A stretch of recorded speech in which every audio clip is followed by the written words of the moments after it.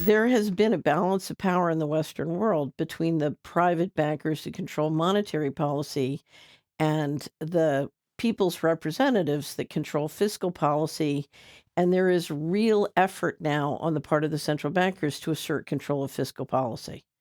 And what we're proposing is that you push back the other way and say, no, the people's representatives assert control of fiscal policy, and they need a sovereign bank to do that.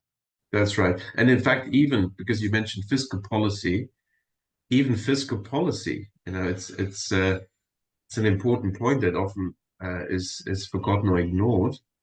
Fiscal policy is also dependent on the actions of the banking system, which actually determine whether fiscal policy will be effective economically or Right. not.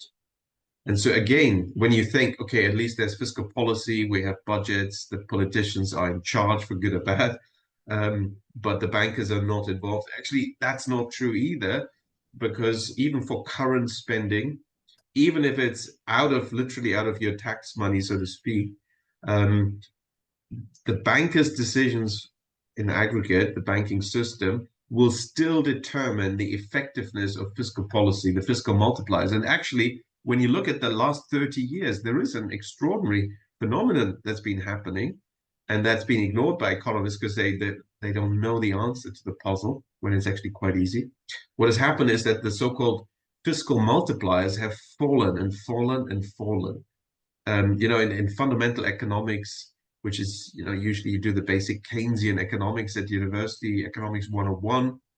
In a recession, there's the automatic fiscal stabilizer because your tax revenues go down and government expenditure goes up for unemployment benefits in a recession. So automatically you've got more fiscal expansion, which is good because it sort of alleviates the downturn and makes it less strong, less pronounced.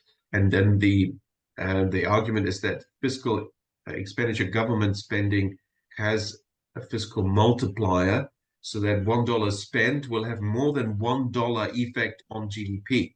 Well, that's no longer true. And for the last decade or so, it's less than one. That means there Right. is not even a multiplier. There's actually a fiscal compression going on, so that when you have fiscal spending, the effect on growth is negative. Right. Wow, well, that's big news, but they don't want to talk about it because they have no idea why this is happening. It's a big, Oh, I can tell you why it's happened. I know why it's happening. It's the banking system. It's the monetization through the banking system.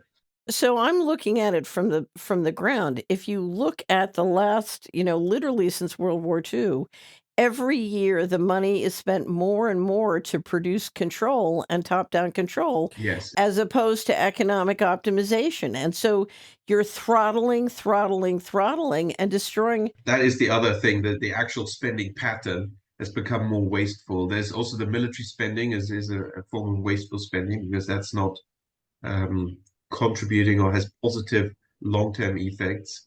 Um, it's basically destructive spending, and then yeah, control measures. Well, The whole the big one, and you see it when you drive around America, but the big one, and it's the reason the food and health issues are so front and center right now.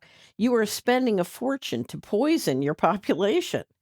A poisoned population doesn't get anything done. So it's the productivity issue. To me, there's nothing more important than the productivity issue in an economy. And if the government money gets a bigger and bigger market share, but is constantly focused on destroying productivity, ain't no way out of that. So anyway, this is exactly why we need state legislatures to assert sovereignty.